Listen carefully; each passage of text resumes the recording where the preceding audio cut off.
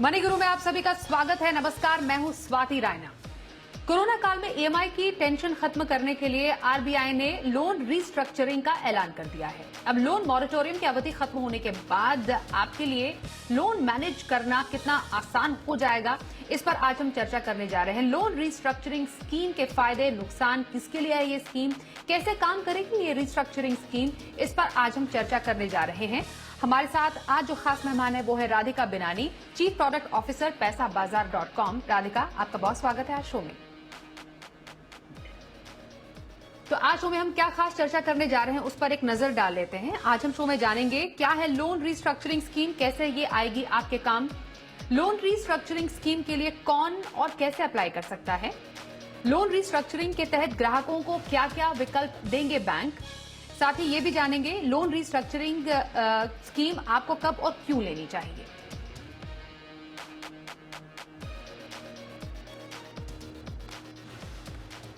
Radhika, loan moratorium के बाद अब आरबीआई ने सोचा कि ईएमआई की टेंशन तो खत्म करनी ही है ग्राहकों की, तो लोन रीस्ट्रक्चरिंग स्कीम लेकर वो आई है। जरा मुझे समझाइए कि लोन रीस्ट्रक्चरिंग स्कीम है क्या? दो तीन डिफरेंसेस है जो मोरेटोरियम के हिसाब से तीन डिफरेंसेस है। लोन रिस्ट्रक्चरिंग मोरेटोरियम था, वो टेम्पररी था, बिटवीन मार्च एंड से लेके अगस्त एंड तक टेम्पररी था। बट रिस्ट्रक्चरिंग क्या है? Permanent changes to the loan है। और मोरेटोरियम में कुछ भी नहीं हुआ, सिर्फ आपका ईएमआई पॉज किया गया था। रिस्ट्रक्चरिंग में क्या है? आपके लोन की कॉन्टूर्स बदल सकते हैं। फॉर एग्जाम्पल, आपके ईएमआई अमाउंट जो आप पे करना होगा वो चेंज हो सकता है, आपके इंटरेस्ट बढ़ सकती है और आपका टेनर डिफरेंट हो सकता है, और आपकी इंटरेस्ट को अलग लोन के रूप में भी दिया जा सकता है। तो लोन रिस्ट्रक्चरिंग क्या है? पूरा ही नया लोन के रूप में लिया जाता है, वो लोन रिस्ट्रक्चरिंग है। ये आरबीआई इसीलिए कर रहे हैं, उस पे कोरोना के टाइम में वो ऑप्शनल था, मतलब कोई भी ले सकते हैं। वेरएस रिस्ट्रक्चरिंग के टाइम में only specific individuals are eligible for loan restructuring.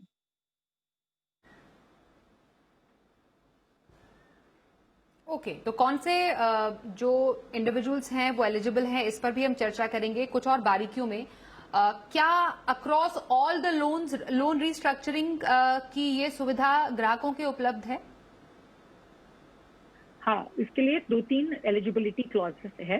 First eligibility clause है कि जो भी आप बैंक, एनबीएफसी, कोऑपरेटिव बैंक, जो भी आरबीआई की अम्ब्रेला के अंदर आता है, वो कोई भी इंस्टीट्यूशन से आप लोन लिया हो वो एलिजिबल है। सेकेंड, उन्होंने लिखा है कि पर्सनल लोन सारा एलिजिबल है।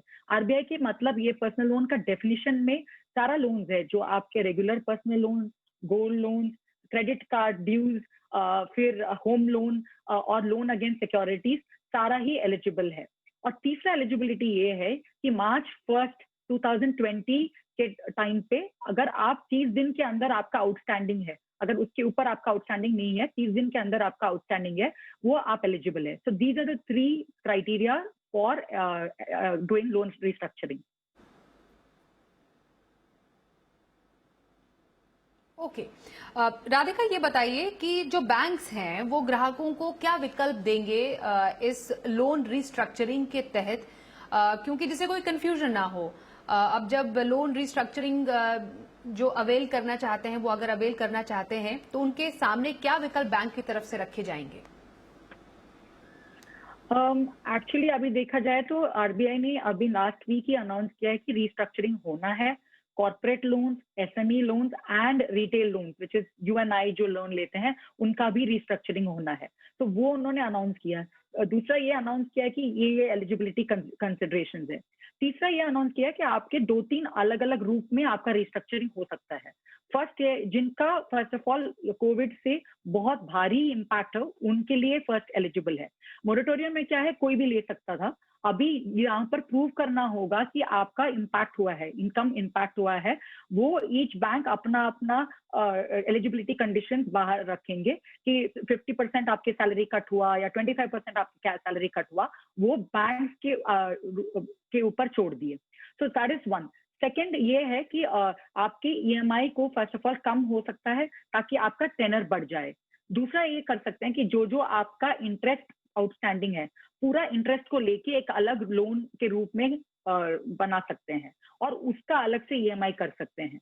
और तीसरा ये रूप है, रिस्ट्रक्चरिंग का रूप है कि 2 ईयर तक आप वापस मॉरेटोरियम ले सकते हैं। These are the 3 things RBI ने बोला, ये 3 तरीके में आप रिस्ट्रक्चर कर सकते हैं।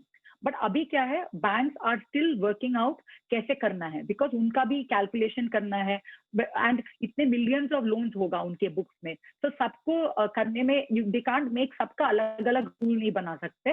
तो वो रूल्स लेके आएंगे कि कौन सा लोन्स के लिए करेंगे, कितना आउटस्टैंडिंग तक का करेंगे, कौन सा प्रोडक्ट्स के लिए करेंगे, और अलग अलग बैंक्स का अलग अलग रूल्स हो सकता है। इसीलिए अभी कुछ क्लैरिटी नहीं है, बट ये मालूम है कि पीपल जिनका बहुत इम्पैक्ट है वो हो सकता है, रिस्ट्रक्चरिंग हो सकता है।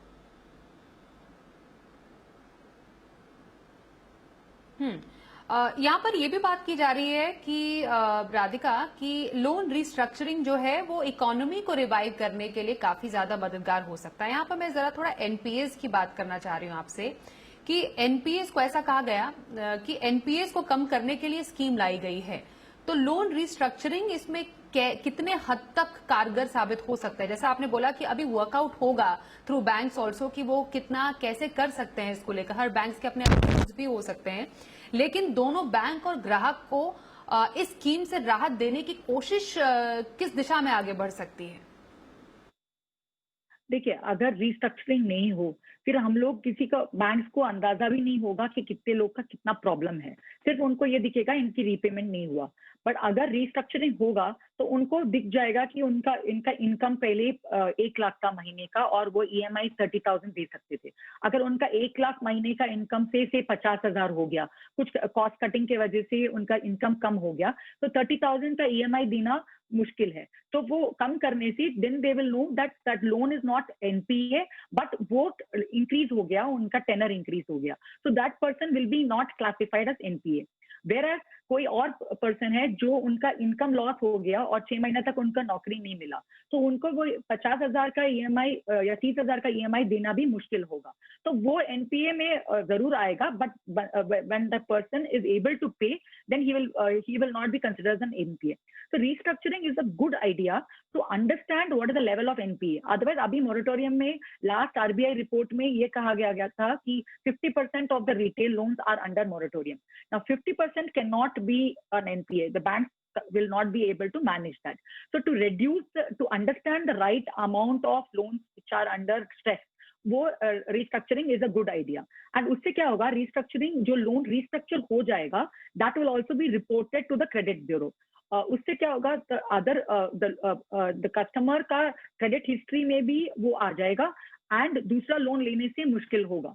तो इसीलिए the amount of NPA will be very clear once restructuring is taken place. Okay, अब ये समझना जरूरी है राधिका कि लोन रिस्ट्रक्चरिंग का फायदा कब लिया जाना चाहिए। ऐसी कौन सी कंडीशन है जब किसी कस्टमर को लोन रिस्ट्रक्चरिंग के लिए ऑप्ट करना चाहिए? फर्स्टली आपने फर्स्ट ऑफ ऑल ये लोन रिस्ट्रक्चरिंग से आपका फायदा ये नहीं होगा, आपका इंटरेस्ट कॉस्ट हमेशा बढ़ेगा। जो आप अगर 3 साल का लोन लिया हुआ था और आपके रिस्ट्रक्चरिंग के कारण अगर 4 इयर्स हो गया, तो आपका टोटल इंटरेस्ट आउटफ्लो इस लोन पे बढ़ेगा।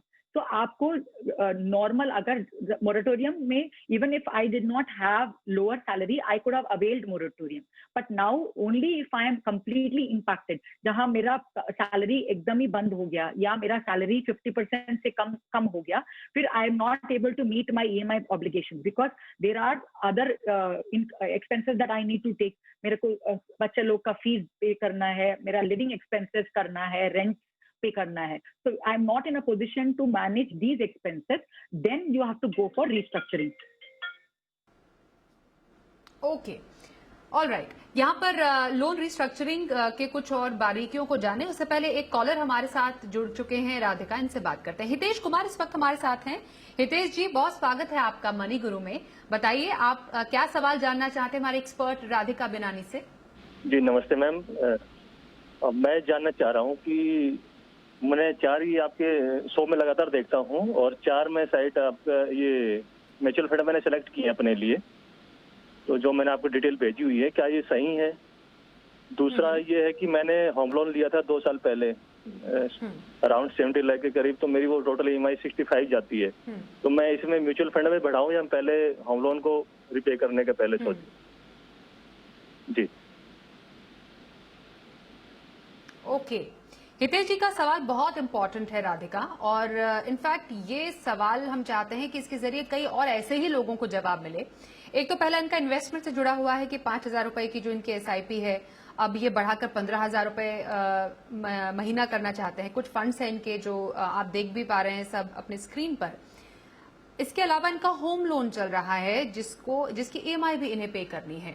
तो 2 पार्ट में इनका सवाल है कि एक तो इनका पोर्टफोलियो कैसा है, दूसरा प्राथमिकता किसे दी जाए, EMI को या फिर और जो SIP बढ़ानी है उसको।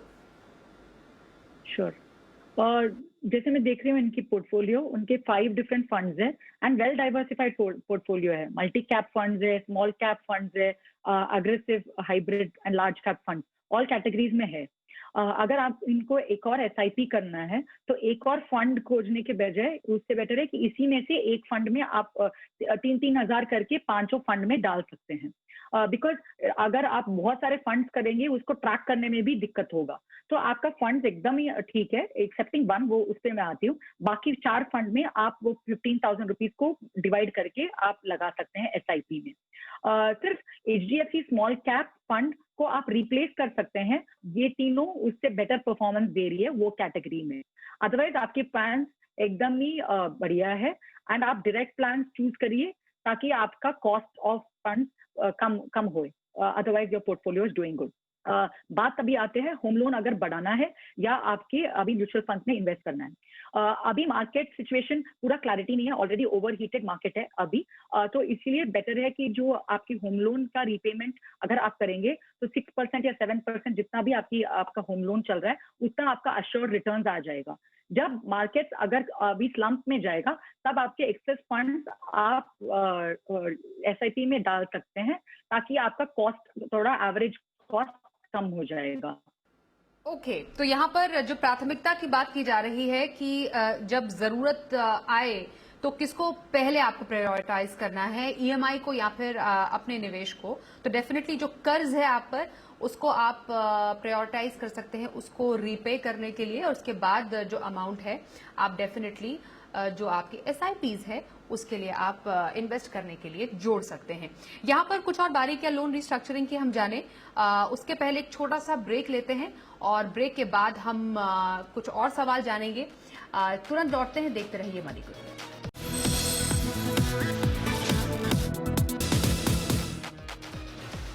EMI की टेंशन खत्म करने के लिए RBI ने लोन रिस्ट्रक्चरिंग स्कीम का ऐलान किया जिसकी बारीकियों को हम समझ रहे हैं। राधिका बिनानी हमारे साथ है, चीफ प्रोडक्ट ऑफिसर पैसाबाजार.com। राधिका, कई लोग हमसे सवाल पूछ रहे हैं कि लोन रिस्ट्रक्चरिंग स्कीम जो है इसको कितनी बार ऑप्ट किया जा सकता है, ये वन टाइम रिस्ट्रक्चरिंग ही है?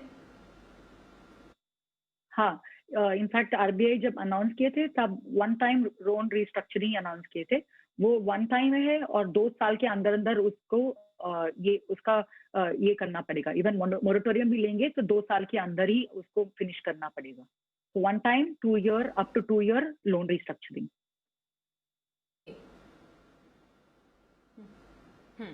एक दर्शक हमसे पूछ रहे हैं कि इनकी EMI चल रही है, होम लोन इनका चल रहा है जिसकी EMI चल रही है, ये चाहते हैं कि इनकी EMI कम हो जाए डेफिनेटली क्योंकि इनकी आमदनी पर काफी ज्यादा फर्क पड़ा है। तो लोन रिस्ट्रक्चरिंग अगर ये ऑप्ट करते हैं तो ये अपनी EMI कैसे कम कर सकते हैं?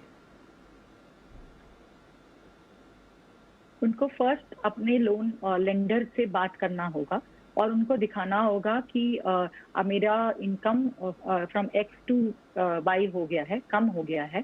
उसके हिसाब से उनका जो EMI बैठता है, तो जो आपने लिविंग एक्सपेंसेस उस सबको ध्यान में रखते हुए कितना उनका EMI हो सकता है, उसके हिसाब से उनको EMI रिड्यूस करेंगे। फिर उनका टेनर इंक्रीज हो जाएगा। तो अगर उनका 15 इयर्स बाकी रह गया तो वो 17 इयर्स 18 इयर्स डिपेंडिंग ऑन वो कैलकुलेशन कैसे बैठता है उसके हिसाब से उनका टेनर बढ़ जाएगा, पर उनका EMI उसके हिसाब से कम हो जाएगा। So that will be clear after अभी बैंकर्स अभी अपना प्लान बना रहे हैं कि कैसे कैसे क्या क्या ऑप्शंस दे सकते हैं। तो they will be completely impacted people का मोरेटोरियम दे सकते हैं, पार्टली इम्पैक्टेड पीपल का ये कर सकते हैं, ईएमआई कम कर सकते हैं, और स्लाइटली इम्पैक्टेड पीपल का इंटरेस्ट को अलग रूप में निकाल सकते हैं। तो वो एग्जैक्ट मैथमेटिक्स अभी सब लेंडर्स वर्कआउट करेंगे। मेरे हिसाब से नेक्स्ट 2-3 हफ्ते में क्लियर होगा सब बैंक का अलग अलग स्ट्रैटेजी क्या होगा, एंड अलग अलग प्रोडक्ट्स का भी अलग स्ट्रैटेजी होगा, बिकॉज पर्सनल लोन तो टिपिकली 3 to 5 years रहता है, whereas home loan 15 to 20 years रहता है। So the impact of restructuring will be different on different products. So it next 2-3 हफ्ते में mostly things will be clear, and उसके हिसाब से things can be taken, EMI can be managed. And RBI is very clear, अभी prudential रूप में काम करना है. It has to help people, and the banks are instructed to help people. So my outlook is that सबका settle हो जाएगा, and the people who are really impacted will be taken care of. Loan restructuring, ये बताइए राधिका, कितनी तारीख से banks को इसे शुरू करना है? वो स्पेसिफिक आरबीआई की अनाउंसमेंट में स्पेसिफिक डेट नहीं घोषित किया गया है, बट आरबीआई ने बैंक्स को बोला है कि start working on the restructuring, and अपना अपना बोर्ड से उनको अप्रूवल लेना है। माई सेंस इज 2-3 हफ्ता या सितंबर लग जाएगा, एंड तब तक 6 months भी पार हो जाएगा फर्स्ट मोरेटोरियम अनाउंस किए हुए। तो मे बी बाय सितंबर, बिकॉज द अर्लियर देन फिर उनका एनपीए रिपोर्टिंग कितना एनपीए है वो सब क्लैरिटी मिल जाएगा। So the date is not completely announced by RBI, but my sense is next 3-4 हफ्ते में things should settle in. Okay, एक दर्शक हमसे पूछ रही है राधिका कि इन्होंने लोन मॉरेटोरियम के लिए ऑप्ट किया था, अब तो वो ऑप्शन इनके लिए नहीं रहेगा, तो क्या इन्होंने क्योंकि लोन मॉरेटोरियम लिया था ये लोन रिस्ट्रक्चरिंग करा सकती है, एलिजिबल है उसके लिए?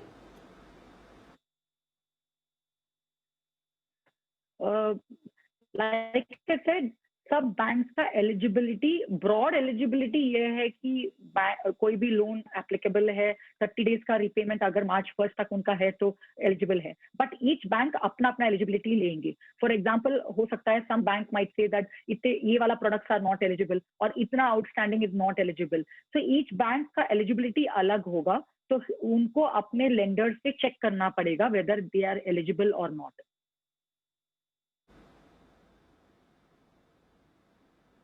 ओके, एक सवाल हमारे पास ईमेल पर आ रहा है महनाज शेख जी का।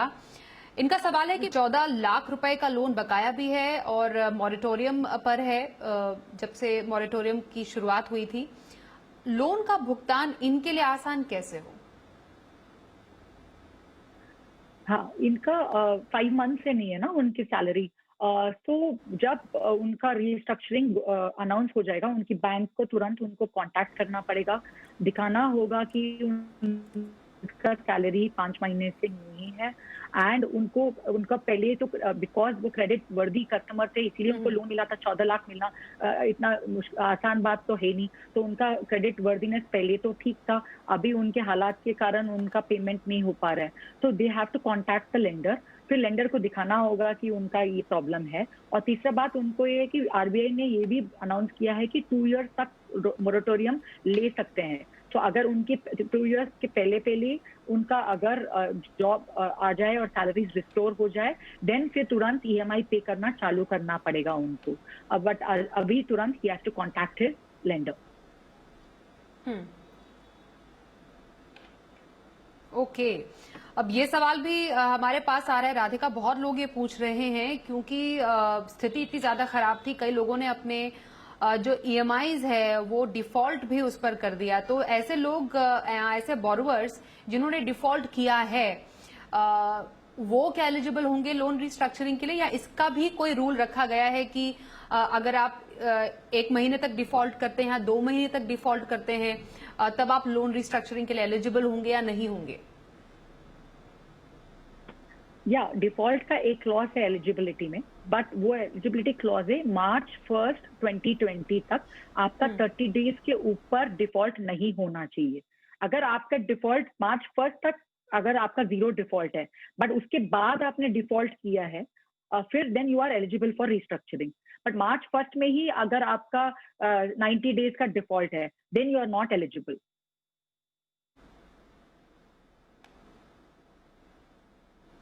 ओके। अब क्या इससे पहले भी कई स्कीम, जैसे हम यूजुअली जब ईएमआई लोगों को कम करनी होती है तो बैंक्स के पास जाकर हम जो अपना लोन है उसको थोड़ा सा रिस्ट्रक्चर करते हैं। हालांकि अब लोन रिस्ट्रक्चरिंग स्कीम इसका नाम दिया गया है। ये उससे कितना डिफरेंट है राधिका, ये मैं आपसे समझना चाहती हूँ, क्योंकि कई बार आप बैंक से कहते हैं कि हमारी जो ईएमआई है या हमारा जो टेन्योर है वो आप कम कर दीजिए या ईएमआई कम कर दीजिए, और बैंक्स वो कर देते हैं। ये वाला जो लोन रिस्ट्रक्चरिंग स्कीम है, वो वाली जो रियायतें या वो वाले जो ऑप्शंस बोरोवर्स के पास है, उससे कितना डिफरेंट है ये? See, I wouldn't say loan restructuring पहले बहुत कॉमन ऑप्शन था। ओनली एक आध लोन जैसे home loan, because it's a longer tenor loan, तब अगर मेरा रिपेमेंट ऑलमोस्ट 50% के ऊपर हो चुका है, फिर रिस्ट्रक्चरिंग आसान हो जाएगा। सपोज मैंने 50 लाख का लोन लिया एंड 35 लाख पेमेंट कर दिया, बाकी 15 लाख को हम धीरे धीरे करके ईएमआई को रिड्यूस कर सकते हैं, पहले का ईएमआई से कम कर सकते हैं, ताकि मेरा टेनर वैसे ही इंक्रीज हो जाए। But that is only for very few home loan condition cases, and आपका रिपेमेंट आगे चल रहा हो, कि जैसे 20 इयर्स लोन में समटाइम्स बोनस आता है तो लोग पे कर देते हैं पहले, तो देन रिस्ट्रक्चरिंग के लिए एलिजिबल होंगे। बट अभी क्या है, all loans are included in the restructuring. Usually personal loan जो नॉर्मली 3 इयर्स या 5 years, sometimes consumer durable loan 6 months to 12 months, वो सब लोन्स के लिए रिस्ट्रक्चरिंग कभी होता नहीं था, because banks don't have the time to do the restructuring. Whereas now even all loans are eligible for restructuring. That's point number 1. And restructuring सिर्फ ये नहीं है कि सिर्फ आपका टेनर चेंज करना, वो कॉमन होता था, बट अभी रिस्ट्रक्चरिंग में हो सकता है कि इंटरेस्ट चेंज हो सकता है, आपके प्रिंसिपल जितना अमाउंट है वो चेंज हो सकता है, और जो इंटरेस्ट आपका पेंडिंग अमाउंट है उसको अलग लोन के रूप में ले सकते हैं। और चौथा यह है कि आपके 6 महीना या 9 महीना तक आपके मोरेटोरियम एक्सटेंशन वो भी हो सकता है। So the full flexibility is there. तो loan restructuring is not common, जो पहले का हिसाब से नहीं है, it is very different.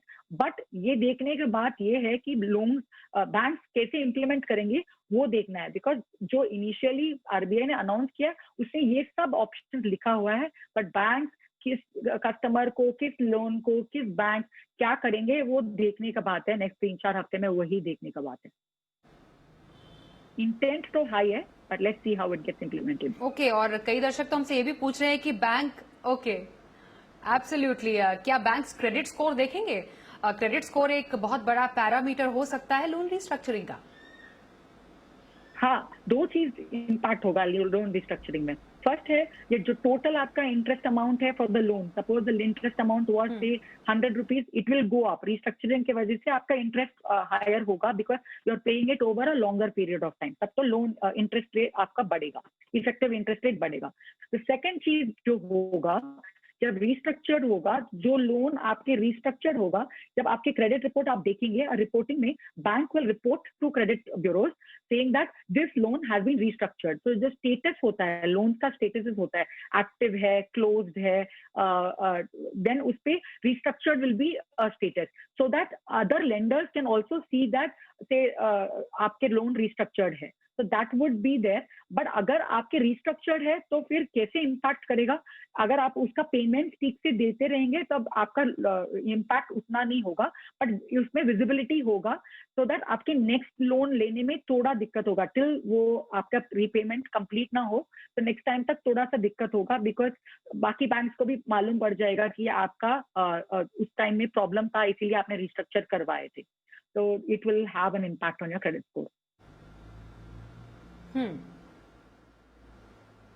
Okay, तो लोन रिस्ट्रक्चरिंग की बारीकियां और उसके फायदे, और ग्राहक कैसे इसका फायदा उठा सकते हैं, किनको लेना चाहिए, ऑप्ट करने के क्या तरीके हैं, इस पर बातचीत करने के लिए राधिका हमारे साथ आज मनी गुरु में शामिल होने के लिए आपका बहुत शुक्रिया। Thank you. तो इसी के साथ आज के इस शो में बस इतना ही। वक्त एक छोटे से ब्रेक का हो गया है, लेकिन खबरों का सिलसिला जारी रहेगा। बने रहिए हमारे साथ और देखते रहिए जी बिजनेस।